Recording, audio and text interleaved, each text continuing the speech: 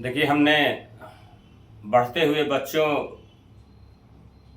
के स्वभाव और पिता के प्रति उसके बदलते नज़रिए पर मैंने एक कविता लिखने का प्रयास किया है कि एक बच्चा किस तरह से धीरे धीरे बड़ा होता है और किस तरह से वह अपने पापा के प्रति व्यवहार करता है।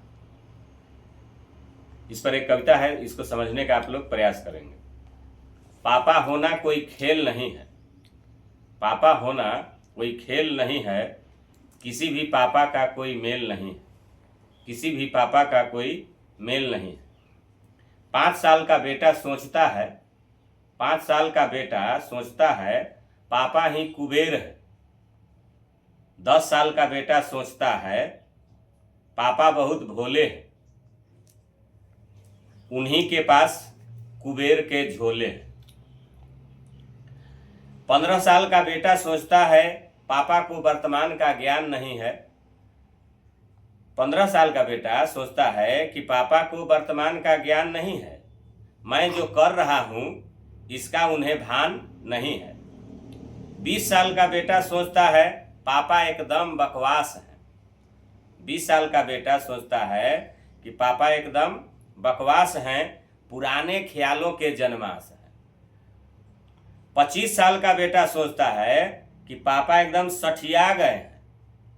25 साल का बेटा सोचता है कि पापा एकदम सठिया गए हैं और अपने विवेक से पगला गए हैं। 30वें साल बेटा खुद पापा बन जाता है। 30वें साल बेटा खुद पापा बन जाता है, उसे लगने लगता है पापा पापा नहीं थे, पिता थे। पापा पापा नहीं थे, पिता थे।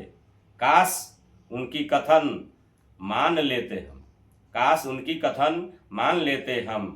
पिता भविष्य के परम ज्ञाता थे, पिता भविष्य के परम ज्ञाता थे। 40 साल का बेटा सोचने लगता है, 40 साल का बेटा सोचने लगता है काश पिता होते तो उनसे सीख लेते, काश पिता होते तो उनसे सीख लेते, उनकी अवहेलना की क्षमा भीख लेते, उनकी अवहेलना की क्षमा भीख लेते। पिता होना कोई खेल नहीं है, पिता होना कोई खेल नहीं है, जिम्मेवारियों को झेलना पिता से सीख लेते, जिम्मेवारियों को झेलना उन्हीं से सीख लेते। धन्यवाद।